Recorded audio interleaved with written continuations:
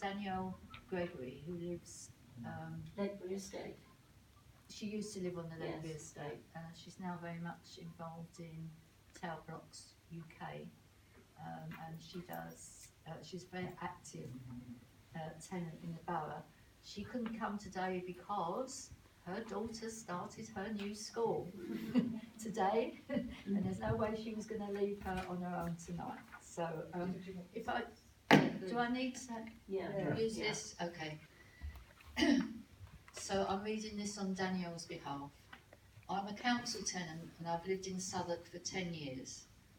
I started being a more active tenant around 2 years ago, campaigning alongside residents on the Ledbury estate when it was discovered that we lived in dangerous blocks that had to be decanted.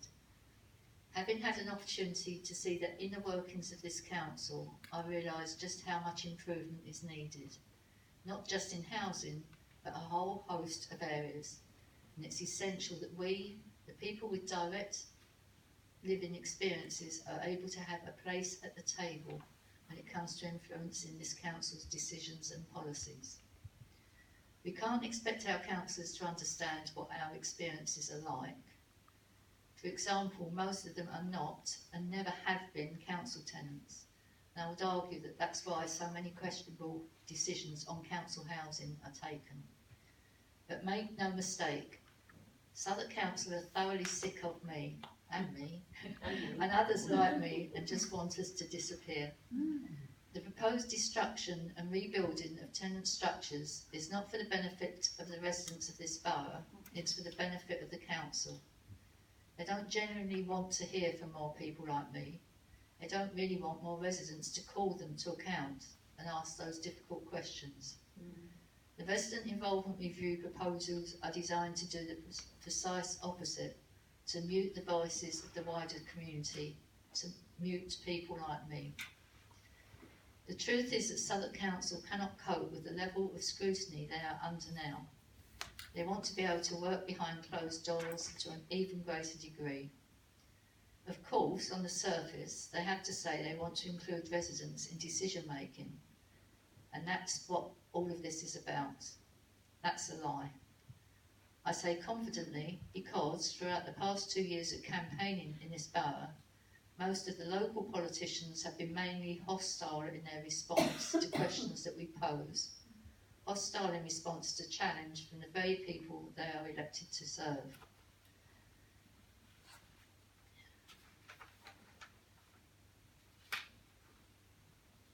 I had to grow really thick skin to become strong enough to keep coming back, because it's not an inclusive and welcoming environment here. These councillors will shut down anyone they disagree with. They are a tight-knit group and they close ranks in the face of legitimate challenge. This resident involvement review proposal is not that far removed in hypocrisy from what Boris Johnson has just in the last week posed on Parliament. This review is a coup. It's designed to remove power from the residents and place it firmly and entirely in the hands of the council, with councillors and a hard selected group of yes men and women making decisions on everything from how the TRA halls are used to how our community funds are spent. Because, as with many unjust goings on in our borough, the council adopts their we know best attitude. This review comes at a time when the tenants' movement in the borough is at the strongest it's been in a long time, and this is clearly a deliberate and underhand move by the council to illegitimately disband us. We are facing sabotage on the structures that our community have put in place. The reason they want to dismantle our architecture is because it's become too effective for their liking. You'd expect these sorts of tactics from a council like Kensington and Chelsea, but not from Southwark. And for anyone who has any doubt about the danger that this review really poses, the exact model has been used by other councils. In Hammersmith and Fulham, the very same person was used to push through changes to resident structures as Southwark have used. In Hammersmith, this led to the closure of their Tenants Federation and redundancies. The communities there described being far less empowered than ever before, with little control on how or say in how their communities work.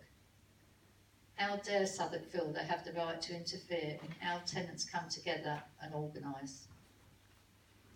By adopting these predetermined recommendations, the council are in real danger of pushing the tenants movement underground. If we have to organise and strategise in people's living rooms, then we will. All that will do is bring people even closer and strengthen their resolve and determination. In this scenario, the amount of money and resources the council will have to invest into maintaining a reputation against an even more militant form of the tenants movement will be highly regrettable. This doesn't end well, and I'd urge councillors to be mindful of this. We aren't going to stop being engaged, we will just have to push back even harder. I want to end by saying that I'm not, as branded, an agitator. I'm just a mother from Peckham who wants to play a part in the way my local community works. I'll finish by appealing directly to the Cabinet Member for Housing and urge him, please do not accept the review recommendations. This is not in the interest of the community we've been elected to serve. Please stand with us on this. And I think Danielle probably speaks for All of us. Yes, definitely.